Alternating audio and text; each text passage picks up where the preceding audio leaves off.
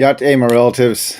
Good afternoon. This is Mark Charles. It is Wednesday, December is Wednesday, March 29, and I'm sitting down with my second cup of coffee.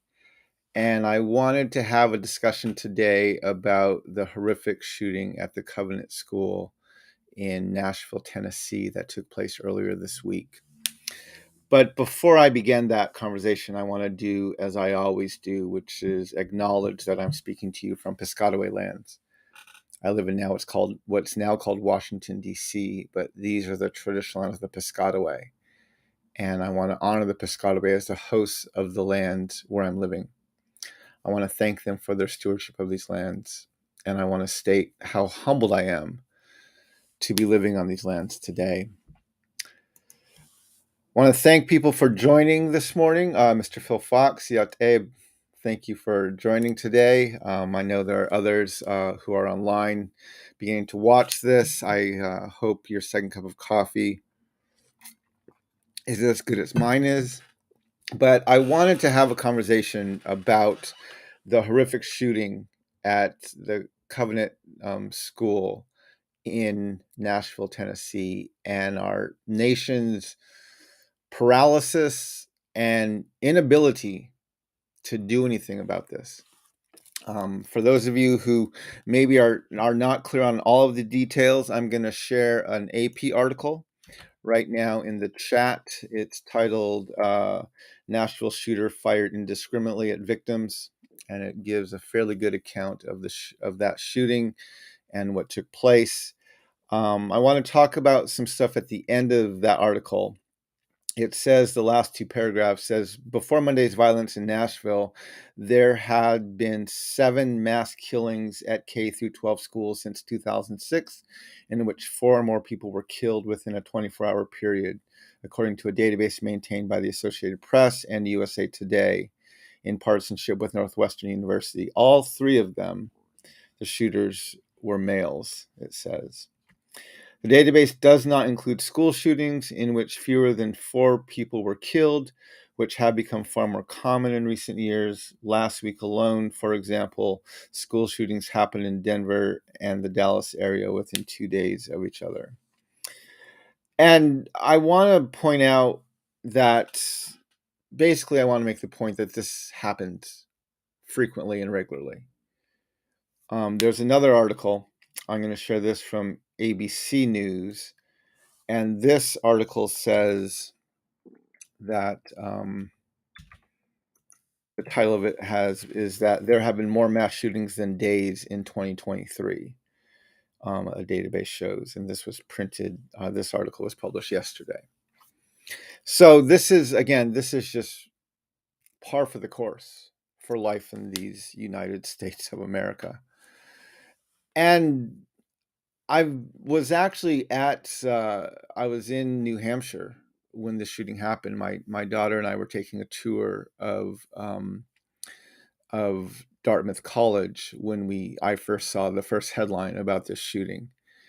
And of course, the story is unfolded in the hours and days after that. But I'm have been pondering for the past few days, how do I respond to this? What do I say, right? In the past, I've typically responded with lament. I've tried to take the conversation deeper. And this time I've been trying to listen more to the voices on either side of this debate. And as always happens, right after a shooting like this, we immediately go into screaming at each other as a nation along party lines, along partisan lines. And then over the next few days or weeks, that screaming turns into paralysis. And that paralysis eventually turns into resignation.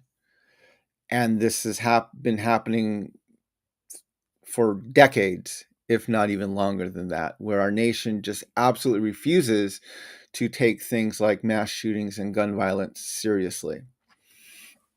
And one of the things that I've been thinking about as I pondered this is, how do I say something that doesn't just add to the noise?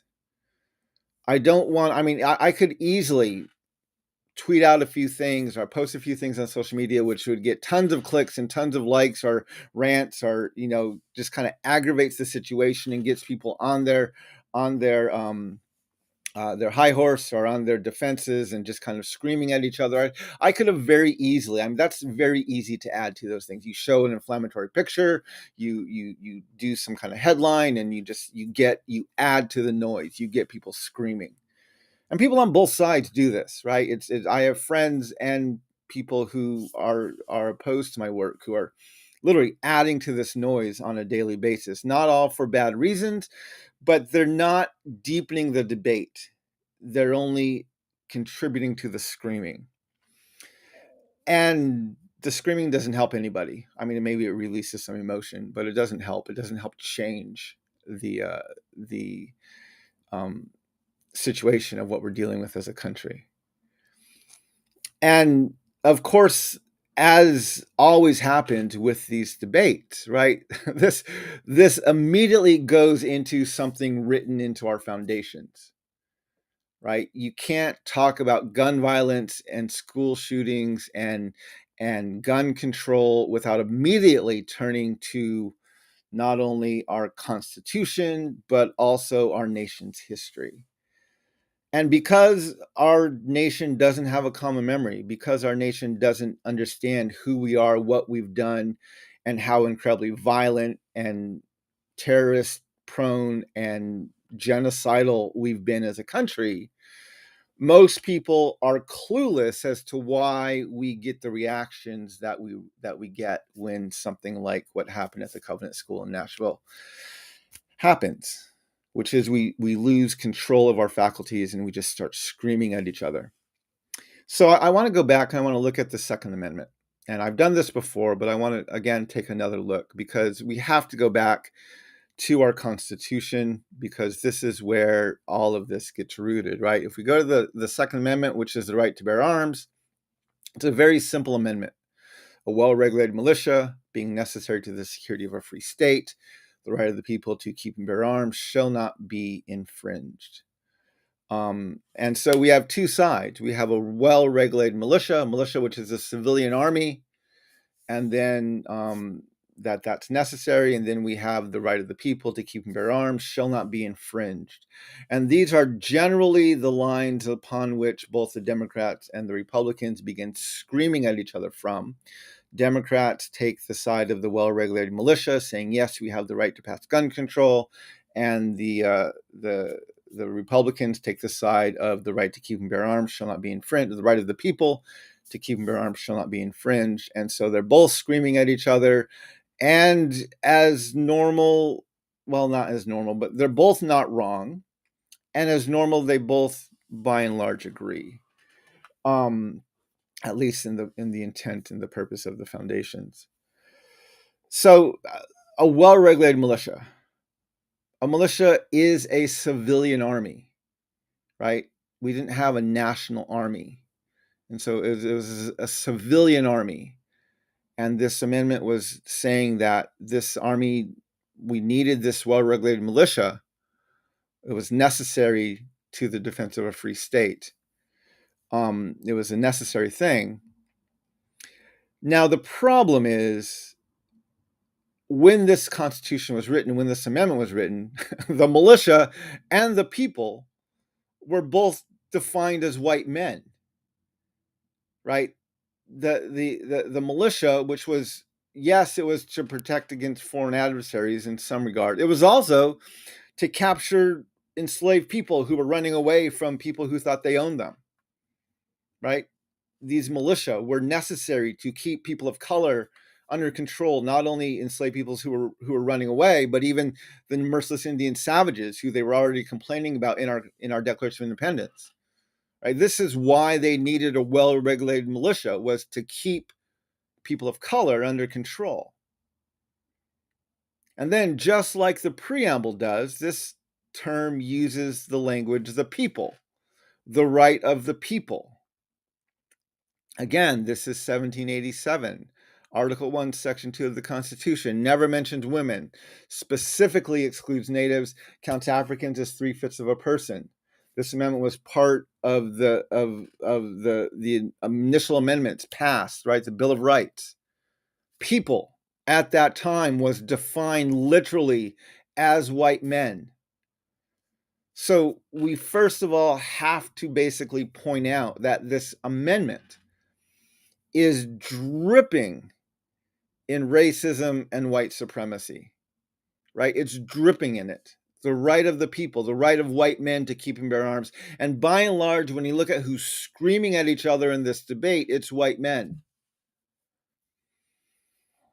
And this has been proven over and over and over again that this is the purpose of this law, right? The NRA almost never defends the right of people of color to keep and bear arms, almost never defends them, right? After in Northern California, when the Black Panthers were beginning to police the police and were sending armed Black men out to oversee when people of color were arrested, reminding them of their rights and being there to protect them and to be some kind of guardian of them. And then they decided in protest that they were going to march through the state capitol armed, which was not against the law. They were arrested, but they weren't held because they weren't breaking the law. But shortly thereafter, right, California has bipartisan gun control because white people were like, holy crap, we can't allow people of color to run around armed. So we have to acknowledge that this debate is the screaming matches is rooted in the white supremacy of this nation, the racism of this nation. And the amendment there is not an amendment for all people to bear arms. It's the right for people, for white people to keep and bear arms. And we just have to remember this. Second, as I point out in all of my lectures over and over and over again, this nation has been built on white Christian nationalist terrorism. Right? This is how this nation was built, using the doctrine of discovery to kidnap and enslave African people. Right? Systematically, our presidents, including the most egregious as Abraham Lincoln, going through and ethnically cleansing the routes of the Transcontinental Railway so that they could complete their manifest destiny, literally committing genocide going across this nation. This country is absolutely rooted in centuries of white Christian nationalist terrorism. And this leaves, right? And so I talk about all this. These are all things I discuss in my lectures. Most of you have heard me. If you have not heard them, I highly encourage you to read the book I co-authored, Unsettling Truths, The Ongoing Dehumanizing Legacy of the Doctrine of Discovery. And I just go through, my co-author and I go through in detail about how this legacy of the doctrine of discovery has created this incredible justification for violence and dehumanizing violence and genocide in our nation's history. And as I point out in my lectures, we've never dealt with this, right? We've never talked about these things. So we have a nation built on white Christian nationalist terrorism, built on gun violence. We have an amendment specifically written to keep white landowning men armed so they could protect themselves. And then we have, again, and I'll talk a little bit about this, what I refer to as the trauma of white America. And this is where I think we get stuck most often as a nation, is we don't know how to have a conversation with white men specifically around issues like this. We don't know how to do it. Our country has failed for decades, if not centuries, at properly engaging white men in this issue. And it's because we treat white people in one of two paradigms, almost immediately. Any sort of dialogue regarding race and our nation's history, we treat white people as either racist or we treat them as fragile. I've talked about this frequently in my lectures, right? And so neither of these paradigms are particularly helpful. If white people are racist merely because they lack pigmentation in their skin, first of all, it means they have no place in the dialogue. And second, it means if they insert themselves in any way that either disagrees or opposes the opinion of the people of color in the conversation, they're now a threat, which either has to be dealt with or be protected against. That's not a helpful place to have a dialogue. The second paradigm is white people are fragile, right? And after the lynching of George Floyd, Robin DiAngelo's book, White Fragility, shot to the top of the New York Times bestseller list and sat there for months, maybe even over a year. And yes, Robin has some good insights into the psyche behind whiteness, but her paradigm of fragility is problematic. Because if you treat something as fragile, right? If I'm helping you to move and you have a box marked fragile, I either have to pick it up and treat it very gently, obeying the sign, the label you put on your box, pick it up gently, put it gently into your moving truck, or I can disregard the sign. There's nothing fragile in here. I saw them pack the box, and I can throw it into the truck, not realizing you put your your fine china at the bottom of the box, which I've now broken because I've thrown it. And so, right, so your choice when you're dealing with something fragile is either to treat it very gently and smooth everything over, or to intentionally break it. And neither one of those are very helpful. So this is where I'm proposing that we treat white people first and foremost not as fragile or as racist. Not that they can't be fragile or they can't be racist, but not to make that our default. First and foremost, this is how we treat them, which is what we do now. And I instead chose to look at the paradigm through the lens of trauma. And when I say trauma, most people immediately think one of two things. They think, first of all, victim, and second, they think of PTSD. So PTSD, post-traumatic stress or post-traumatic stress disorder, I want to just talk about this for a moment, right? It's an individual diagnosis. It's for someone who's experienced or been a part of a horrifying event. PTSD comes generally from a single event. It affects you mentally, physically, emotionally, relationally. It's kind of this all-encompassing condition, but it affects an individual generally from a single horrifying event of which they were a victim. There's another trauma called a complex PTSD. A complex PTSD is also an individual diagnosis, but a complex PTSD does not come from a single event. It comes from a series of events. So if you can get PTSD from being assaulted, you can get complex PTSD from living in an abusive relationship. If you can get PTSD from being in a battle, you can get complex PTSD from living in a war zone. Psychologists have observed that the symptoms of a complex PTSD can be passed down from one generation to the next.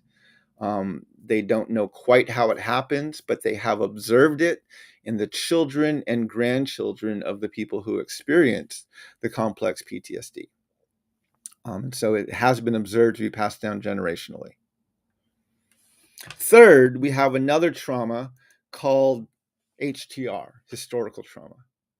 This was first observed by Maria Yellow-Horse Braveheart in the 1980s when she was dealing with the boarding school survivors coming out of the boarding schools run by the government and the churches.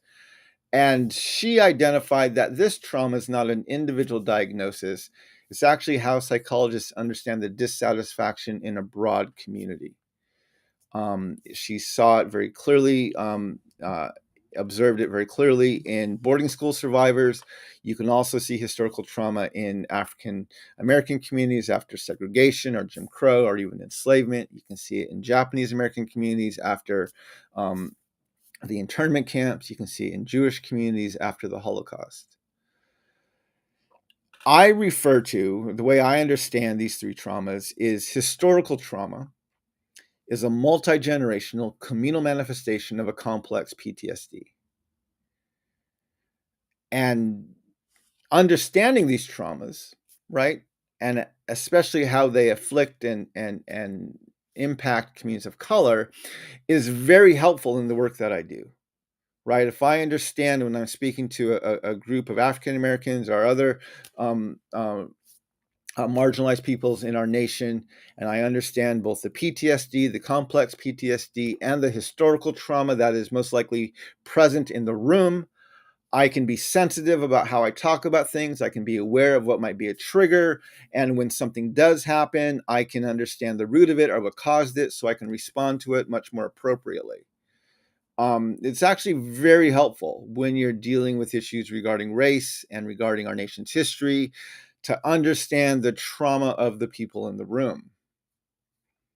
But again, and we talk about this very in depth in chapter 11 of this book and the first half of chapter 12, when you're engaging in a racial dialogue, right, a dialogue on race or a dialogue on gun violence, a dialogue on immigration reform, a dialogue on critical race theory, right, the most disruptive demographic in the room is not your people of color, right? It's white people. White people just begin screaming at each other. And, you know, years ago, before I even understood this, what I call this understanding of trauma, what I call the trauma of white America, after my lectures, I would have two groups of people in front of me. I would have a group of people of color after laying out my lecture on the doctrine of discovery, and they would be serious but giddy, right? I didn't know all those dates. I didn't know all those names. I didn't know all those policies, but I knew our history was that bad. Thank you for pointing these things out and giving us some more tools with which to confront the mythology we're often presented regarding the history of marginalized peoples in our country. And there's almost an excitement in the room. And then I would have a line full of white people. And they literally, faces were like a sheet. And they all would say the same thing. I had no idea the history was that bad. Tell me how to fix it. Those are the only things they said. And after engaging in dialogue with them, not just once or twice, but week after week, month after month, eventually year after year, I realized they weren't looking for solutions. They were trying to figure out, how am I going to go to sleep tonight? Right? That's what they were thinking about, because they have a highly individualistic worldview. And I was teaching a history they had never heard before. And yet, because they only understand things individually, the weight of all of that history was pressing down on their shoulders, and they were feeling incredibly guilty, incredibly paralyzed. And the only thing they could think of, how am I possibly ever going to go to sleep tonight? And so they would want to come up and, how do I fix it? They may even want to say, can I apologize to you? Can I publicly, confess this injustice and get forgiveness from you? And I'm like, I'm not mad at you, but you are a part of a system. And it's not an individual injustice I'm trying to confront you with. I'm trying to confront you with a systemic injustice, but white Americans have almost no paradigm to deal with systemic injustice. So they just want to fix it, or they want to ask for forgiveness, or they don't know what to do. And as I observe this and experience this and interact with this, again, week after week, month after month, year after year, I was like, I'm seeing trauma in my white audiences, but I couldn't pinpoint it. I talked to some colleagues in the psych field, and they actually agreed with me that, yes, I agree, you're observing trauma in your white audiences after spending time in conversation with them, but we don't know else how to categorize it. And that's when I found this book by Rachel McNair, titled Perpetration-Induced Traumatic Stress, PITS. Rachel identifies PITS to be very similar to PTSD, has a lot of the same symptoms as PTSD. But the difference is PTSD afflicts the victim of the horrifying event, whereas PITS afflicts the perpetrator. So Rachel McNair was looking at what she called the psychology of killing, basically saying if society gives you the right to take a life, whether it's you have a job in law enforcement, or you're in the military, or you're in a certain line of medical profession where you have the right or the permission to make a life and death decision in regards to other people. Um, what does that do to you psychologically?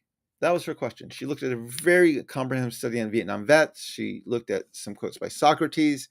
The doer of injustice is more miserable than the sufferer. And she concluded that the psychology of killing, having the permission to take a life, if you do that, it creates what she called a perpetration-induced traumatic stress, which again, she said has all the symptoms of a PTSD, except it doesn't afflict the victim of the violence, it afflicts the perpetrator. And once I found her book and had that research, I can now make a hypothesis, right? Which is if PTSD has a multi-generational communal manifestation at a complex level, which is what we understand to be historical trauma, afflicting communities of color who have been victims of these horrifying events, then might not PITS also have a multi-generational communal manifestation at a complex level, which is what I was observing as the trauma of white America. Now, I'm not an academic, I'm not a clinician, so I didn't want to go and do more research to figure this out. I'm an activist working on the front lines trying to figure out how do I keep white people from standing up in the middle of my lectures and call me a liar, right? How do I keep them in their seats long enough to hear what I'm trying to say so they can at least learn some of this history? And so I was able to hypothesize that, yeah, maybe there is a multi-generational communal manifestation at a complex level of this perpetration-induced traumatic stress. And maybe that is what is going on within my white audiences. So what I began to do, just like I developed tools in my lectures to be aware of and address the PTSD, complex PTSD, and historical trauma in my marginalized communities in my audiences, I began to use the same thinking to develop tools to address the PITS, the complex PITS, and the trauma of white America, which I was now assuming or hypothesizing was existing within my white audiences. And the fascinating thing that I found is I was able to keep them in their seats. I couldn't necessarily make them agree with me, but I was at least able to get them to listen to me and to expose them to this history and to teach them what it is they're standing on. And that actually enabled me to have a much more productive and healthy dialogue about who we are as a nation, where we've come from, what we've done, and how we need to move forward. You see, one of the first symptoms of trauma is shock and denial, right? So you have this horrific thing that happens to you or that you perpetrate, and it creates a disconnect between your reality and your psyche. And so your psyche, to protect itself, it goes into a state of denial of that never happened, or I never did that, or that doesn't affect me. And you live in that denial, and because you're in that denial, you often don't see it, right? It's your parents and your family members and your loved ones and your siblings and your coworkers who see you're in a state of denial and that something's obviously not right with you. And maybe they're trying to convince you to go into counseling or to get some sort of professional help. And if you have PTSD, right, and you go to seek help from a counselor, your counselor is going to start by asking you questions to get you to open up, to get you to talk. They're not even quite sure what they're looking for specifically, but they are looking for what they call a trigger. Now, a trigger, it's a sight, a sound, a smell. It's something that takes you out of your reality and brings you back into the chaos of the moment of when the trauma occurred. Right? And once you get triggered, your blood pressure rises, adrenaline begins to flow, and you move towards and begin falling into your fight or flight mode, right? You're now thinking about self-preservation. You feel threatened. You're no longer thinking clearly. You're in fight or flight mode, and you're trying to just survive now. That's what happens when you get triggered.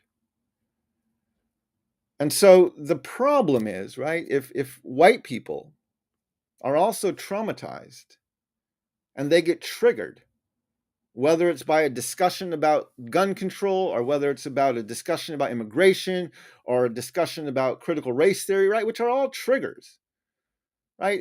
If you built your nation on 500 years of dehumanizing white Christian nationalist terrorism, obviously you're going to be terrified of terrorists, right? You're going to be paranoid.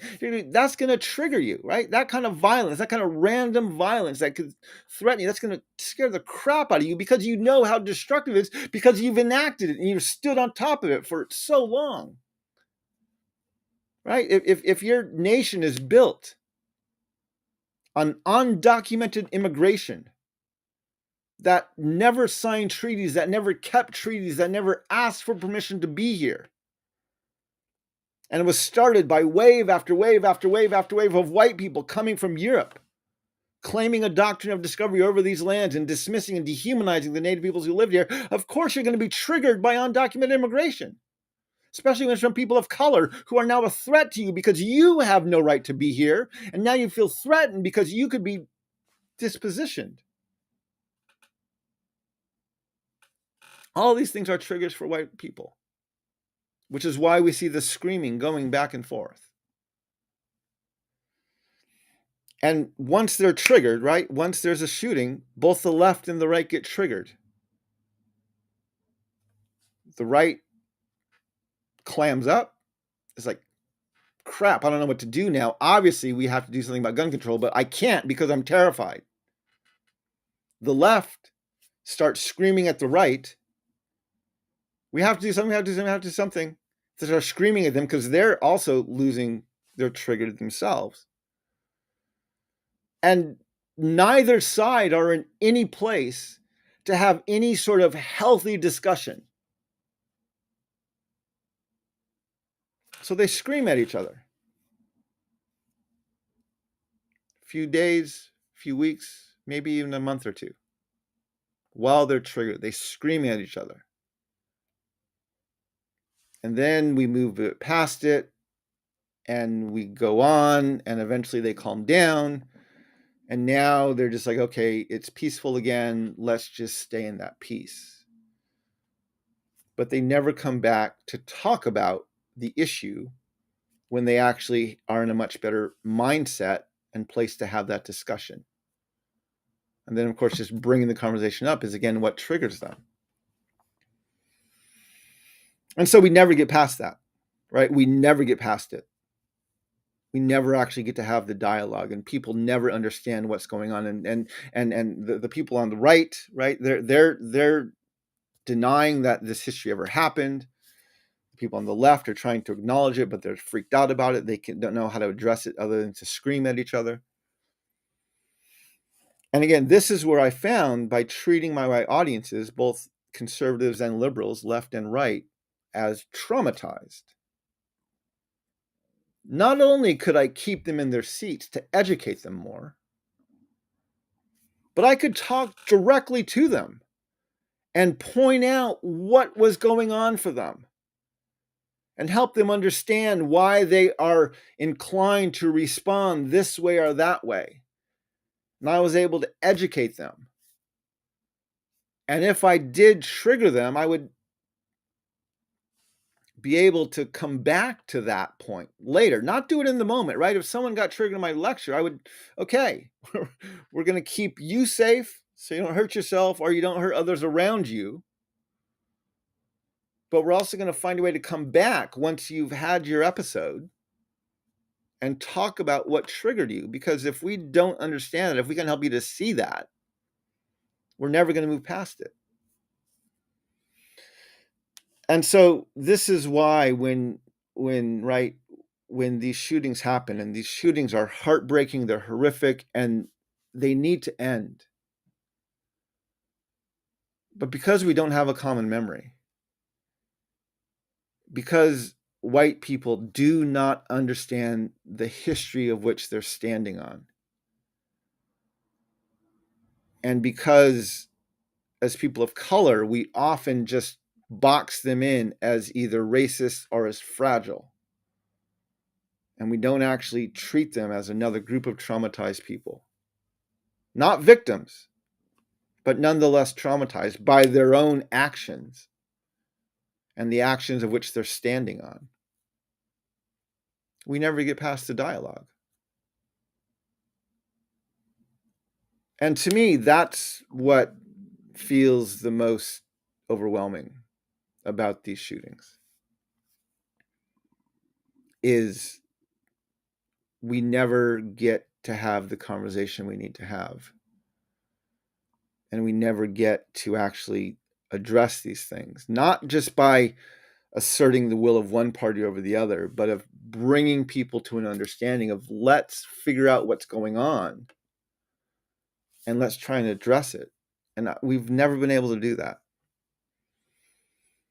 And so the louder the left screams, the more the right has to entrench themselves in their position. And they know, they are well aware that they have an indefensible position. They're well aware of that. But when they're feeling attacked, their most likely response is going to be to dig in their heels. And then because when things are calm, we never have the conversation. Because again, this whole thing is about keeping white supremacy alive. Then we don't know what to do. We never get to that point. So anyway, so the work that I'm doing, and I'm taking the long view here, right? In my lectures, in the things I'm doing, yes, I lecture and I talk frequently about what I call the trauma of white America. And I lay out this research, I lay out my thinking. It's very clearly in my book. It's in most of the lectures that I give. But I'm not trying to convince white people that they're traumatized. That's not my job. And if they hear what I'm talking about and that helps them, that's fantastic. I'm actually trying to convince people of color that white people are traumatized. Why? Because our trauma is very well documented and fairly well understood. But the responses of white people is very much, I would say, misunderstood and not well documented. And so when they freak out, this is why they've learned they can, when they get triggered, they can gain control of the room, right? They can co-opt the dialogue and shut it down, either by screaming or by doing whatever else they do. And so I'm trying to give people of color the tools we need, not to do the work of white people, but to keep them in their seats so we can teach them their history. The first step we have to do, if we want to deal with gun control and gun violence, we have to get our nation to acknowledge its history, the history that we've enacted, the values that we hold, the things that we celebrate. And if we can't get our country, if we can't get white men to acknowledge what it is they're standing on, we're never going to get them to change their position on gun control. Right? Because they're terrified of the violence that they enacted on the world being enacted upon them. They're incapable of making a sound decision about this. So we have to teach them the history. And every time we belittle, every time we attack, every time we scream, it only makes the chasm wider and makes the teaching of the history more improbable. And so this is where I'm convinced we need to find a way to address it better. And this is why, like, when I hear the screaming that's going on right now on both sides of the aisle, this is why I wanted to come on and talk about the trauma of white America, why I want to lay out, this is where the problem lies. This is not a new problem. This problem has existed in our nation for who knows how long, since its founding, before its founding. And if we don't address it at those levels, we're never going to fix this problem. This is not just a matter of passing legislation. If we don't heal the things that this nation has done to itself through enacting this dehumanizing violence, we're never going to get it fixed. So in times like this, I feel how do I feel? I feel frustrated. And I feel, I don't want to say hopeless, but I feel this urgency of we have to find a way to get past these traumatic responses of white people from both the left and the right. And again, I go back to, we have to find a way to create this common memory. And if we can't do that, we're not going to fix it. So I hope this is helpful. I know I've said this numerous times. In fact, I said it twice in the past week, as I've taught two or three different lectures in the past 5 or 7 days.